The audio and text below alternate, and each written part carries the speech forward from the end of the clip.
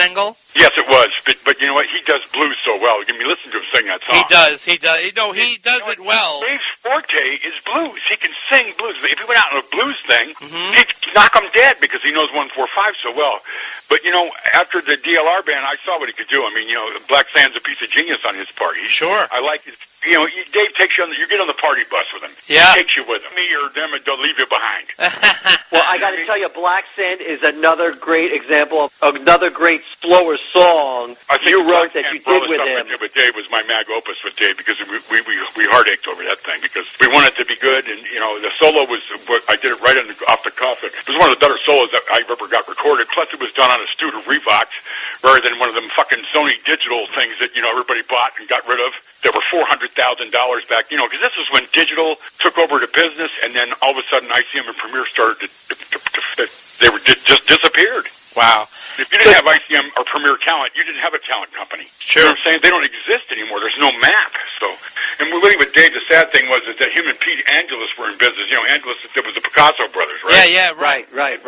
Pete found the Black Crows, and he took the map with him, and he parted ways with Dave right in the middle of the project. Oh, God. It really fucked him up because, you know, that's his partner. Right. Yeah. He didn't believe that the way that Dave was going was correct. I mean, we all do another A Little Ain't Enough. I could have done that very easily. I mean, I could have been molded, you know, all the time in the world to do it. But he wanted to go this way. So I said, you know, great, reggae, blues, you know, torch, whatever you want me to do. Right. But when, you know, the tour was different. We didn't play that many original songs. You know, I felt like, is this a Van Halen top 40 set or what? Yeah, absolutely. Because that's what they had to rely on what he did before, and, you know, if you do that, it's a kiss of death to a new record. In terms of the DLR band, what was your role in there? And because, like, half the album is you, half the album is John 5. Well, actually, John 5 got 7. He's got 7 of the... right, yeah. He got most of the songs. He got, like, 7. You got 5, and the late night... For immature and mature audiences, you know what I mean? So when you went... I love Weekend with a Babysitter and all that, but it was just a little bit more juvenile than what I was doing. So when you did that album, what was the approach to DLR Band? How was that different than the approach to your Filthy Little Mouth? It was so spontaneous. It was just, I got up 5 o'clock in the morning one morning, got the BMW, loaded the shit in there, went down to Burbank, and by that afternoon I thought this is going to be a killer record because... You know, Ray Luzier on drums. I mean, he's amazing. Oh, that guy's amazing. Yeah, unbelievable. And he hung in with Roth for a good long time. 8-9 years. Yeah, long time. Yeah, he's phenomenal. So, and I had to heard him once, and he said, "This is the best drummer I've ever heard." Yeah, and that's a very underappreciated record because it's like I think Dave put it out himself. Dave did it on his own label. If that was on a Warner label, we'd have made some money. Yeah. Oh yeah. I mean, that record. I got paid $6,000 to do it, and that was it. Oh wow. But it was worth it because, you know, I was being paid double scale. So but you know, the thing is that those songs were good, and it's cool because I could still use them. That album is so underrated and underrated. It was. Tell you what, it was the best rock and roll record in '98 that I could think of. Oh yeah, it was highly praised as a return to form for Roth, but it had poor distribution. What was that, Terry? It had. What was that? You know why? Because our distribution company. Guess who it was? Who was it? I gotta be me. It's Atlantic Reprise, Touchwood. Oh no. Oh really? Now that's one thing. He goes, if you get the Jew guys in there, you know, they'll at least give you some of your money back. You got Italian guys in there on that distribution thing. Hey, I don't know what happened to it. Wow. Wow. Yeah, they're crooked. I mean, Touchwood's always been crooked. I mean, it's Frank Sinatra's old Reprise, you know, his company. Right. And he's not in there, but the jabonis that got left behind are taking all the money, you know. And how come you didn't go on that tour, the DLR tour? Oh, he didn't go on the DLR. That tour never happened. Oh, okay. That's true. Yeah, he went to that Pinky Lee shit. Well, yeah, he started doing Van Halen. Well, he started doing Van Halen. The girls in cages and went up to Vegas and made an ass out of himself up there. Well, no, that was in '95. He did the Vegas thing right after. Yeah, excuse me. Filthy Little Mouth. He did a Little Ain't Enough, and then we're up in Seattle doing it with Bob Rock. Yeah, no. He in 19. He ended up touring, Dave, when you and I saw him. Remember we saw him at CPI's. We saw him with Sue. It was in '99. And he toured. It was like a delayed tour because the album came out in '98.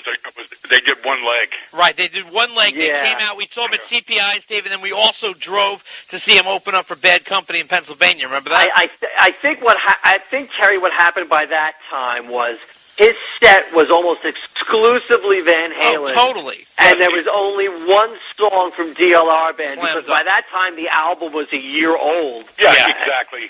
The only thing he was going to get recognition for was the stuff that they did quadruple platinum sales on, you know? Yeah. You know what, Terry, a question just came to me now as I'm looking at the songs on the DLR Band album. Yeah. One of the songs is Tight, which originally was Private Parts, which was going to be on Howard Stern's album, right? Yeah, I wish it would have, too, because we'd have made $30,000 on it. Come on. Right. Oh, yeah. So I could have bought myself a popsicle. So do you remember, like, at that time, of how, like, Howard Stern got the song? If like, Dave called you and said, hey, listen, we need to do a song for the Stern album, what happened? Yeah, we went out with one of his friends that works at A&M. We were at Larrabee studio for them, which is still in existence. Larrabee's probably like Rumbo and Larrabee, or I think Rumbo shut. There's no studios here anymore. It's all private. But the thing is, we did that at Larrabee, and we sent it in 2 days after it was whatever. It didn't get picked up, and it never got heard. Yeah. Or the deal wasn't sweet enough for Dave. He wanted more money and wanted more recognition. And it was, it was about the same exact song. I mean, the Tennessee Ernie Ford solo, he used to call it. He goes, do the Tennessee Ernie Ford solo. Okay. I liked what he was fun to work with. And I'll tell you what, in the studio, you won't find anybody more astute than he is. He hears everything. Wow. He knows what's going on. Yeah, he's a wild man. A lot of experience about what not to do. And, he kind of told me how to get the sound. I had control of my own tone, but he really didn't make any difference. He just dialed. If he wanted dirt, he didn't want dirt. It was played pretty clean, And John 5 was he was John Lowry back then. Was the other guitarist? Right. One of the other guitarists on the album back then. And how were you guys working together on that album? I didn't work with John. No, they were separate. Oh, well, didn't he play bass on a few of your songs? I thought. Yeah, they called him Bourbon Bob because they didn't like the way I was playing the bass. And really, to tell you the truth, I don't give a shit about the bass. I've had to learn how to play it since then. But John would use a pick way back on the bridge, to get that piano ding ding ding ding. So I okay. Do it like that. So they threw him and they called him Bourbon Bob. And then you had Tom Lilly playing bass on 2 of my songs too. Right. One of Okay. the finest studio guys there is. I've never met him, but you'll hear him everywhere. And Terry, how did you get along with Eddie Anderson? I got along good with Ed, except that I got him in all kinds of trouble because he had to haul me up on luggage racks when I was drunk, and Ed was the cleanup guy. Oh, really? And I love Ed Anderson, but we were both in a hard place. I mean, I was the guitar player, and he's Dave's adjutant. You know what I mean? Right. So we caught hell all the time. Now, was Ed considered the tour manager? Not at that point. He was Dave's personal assistant or whatever, but he did all the work. Ed would have made a good manager had there been a business left to do it in. And when did you last speak with Ed? I haven't spoken with Ed 15 years at least. Where is he now? Do you know? I think I found him on Facebook. He's working in entertainment somewhere. It could be in Vegas. It could be in West LA. I don't remember. Is he under Ed Anderson on Facebook? Ed Anderson, you can't miss him. Really? Okay. Yeah, we used to sit there at the Hit Factory and watch Ed knock down 2 boxes of Devil Dogs, and I'm going, I can't. I'll get fat.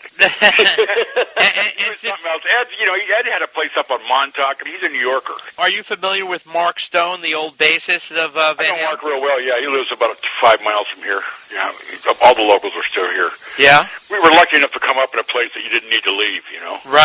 Right, absolutely. I happen to like the place I was born and raised, so I stayed here. But my family, I say, I was raised in an Eastern household. It was pack to cat. Right. So where do you get out in time? Where do you live now?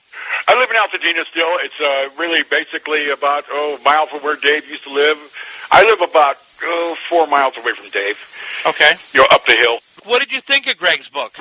I think Greg is quite clever. We had a hell of a time. We played O'Boyle's, and had the book party, and there was 500 people in there, and there was 500 people trying to get in. That's the kind of club I like to play. Wow, that's awesome. Did you meet Mark Stone there? Headliner, but it was like I didn't want to do a Van Halen tribute thing. It was just right. Sure. Did you meet Mark Stone there? Yeah, Mark was there. Mark played, as a matter of fact, with the other group. That's now, awesome. did you know him back in the day? There's clips of it on Facebook on my page. Yeah, he said he knew. Okay, yeah. We had a gas doing it, we weren't really prepared for it, but, it was fun. That's awesome. And all the old people were there. As I was thinking, I look at all the girls going, damn, geez, all these chicks were so fine. Who are these old hags? Well, Terry, let me ask you, you mentioned before that Eddie and Dave, can't stand each other. I think that they had some kind of a symbiotic relationship, but they didn't really you would not see them hanging out together. But what is the issue? Well, you got a different thing. Listen, the Van Halens, for one, they're European. They came over too late, too. Remember when they came over here, they didn't pick up the language that quick. English is a tough language to Of course, yeah. I mean, if you learn it in Boston and you go to fucking Louisiana and then you go up to California, you're really going to be confused. Right. Well, yeah, that's true. You know what I mean? Right, yeah. No, I hear you. There's dialects everywhere, so it's really tough for them to pick up. And I hear it's the hardest language in the world. It took them a couple of years, and the only person that ever could talk to was Alex. Right. And their family, they didn't do anybody else's dishes. You know what I mean? They're very closed. It's in the family. You don't let anybody in. Nobody sucks our vibe, whatever it is. Right. And I understand that. Because cool, yeah. Their old man, the only reason that he wasn't taken into a concentration camp is because he wasn't circumcised. So, that's what it was in Germany, man. Wow. These people came out of a turmoil, you know what I mean? Wow. Because they were alive during that period. A lot of people's parents were, and they were different, man. They really worked. That's amazing. They didn't have much, They really did not have that much. The old man worked as at the Burroughs Corporation as a janitor or something, but it wasn't a high-level position, Oh, okay. My family, we were a little upper, more middle class, and Dave was like, his dad was just, he was driving around a Corvette Stingray. According to Lisa, that was what broke up the marriage. Oh, is that right? The car broke up the marriage? Yeah, I remember he dropped Dave up at my house to rehearse with me one day, and it was a brand new Corvette Stingray with a 427 and a 454, and I thought, man, that thing's badass. And you're talking about Lisa Roth, his sister, right? Yeah, Lisa. Right. Helps everybody with the weight, Greg Bisonet, me, everybody else. That's funny. You just starve, it's very simple, seeds and twigs. Now, when Van Halen was playing all the backyard parties that you were involved with, did you guys know they were going to be huge? Oh, well, you know what? It became apparent because of my friends, the Tortomasi brothers. Steve Tortomasi was the one that really helped them get on the. Man, they don't mention him, but I'll tell you what. He was throwing, gigs at the Pasadena Civic that were outselling all the Warner signed acts at Santa Monica Civic. Wow. Santa Monica would be half empty, and Van Halen would be playing up there, and there'd be 4,000 people in it. Wow. They weren't signed anything, so they had to kind of, what happened is when the Sex Pistols fucked up because they were fuck-ups anyhow, right? Right. That's when Noel Monk went over from the Sex Pistols to Van Halen, and Warner Bros. Said, let's get these guys out there. And they toured them out 300 days a year. Wow.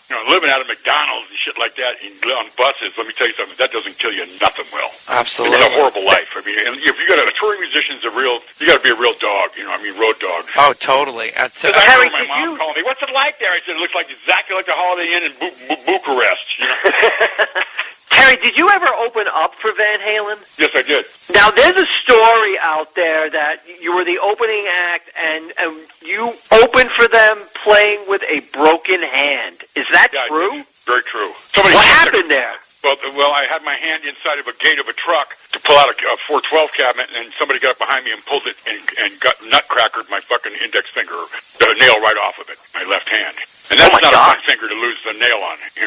If it was the middle, it would have finished me, but I got through. I actually played pretty well, but I had to do the whole thing because, it was like, I'm not going to go on. I had to go on. We did a good job, but it hurt like hell. Where did you open up for them? Do you remember where that show was? Civic. It was a Tortomasi Haley production, And what band were you in at the time? 20,000 flyers all the way across L.A. County, which is, this place is fucking big. Wow. Picture Manhattan stretched out 50 miles, you know what I mean? That's amazing. It's the same thing. We got as many people out here as you guys do now, What band were you in at the time? Ready Kilowatt. Oh, okay. Say it again. What is the name of the band? It was Ready Kilowatt. Ready Kilowatt was the little guy that the electric company used, you know what I mean? I thought it was cute. Ready Kilowatt? Right. Yeah. There's a few songs on YouTube from, I think some of your songs were on some compilation vinyl-only albums back in the day. There's a couple of them. That's where I met Yngwie Malmsteen. We threw him out of a car in Concord. Oh, jeez. All right, now you got to tell that story. Now you got to tell that story now. Oh, gee. Well, he's.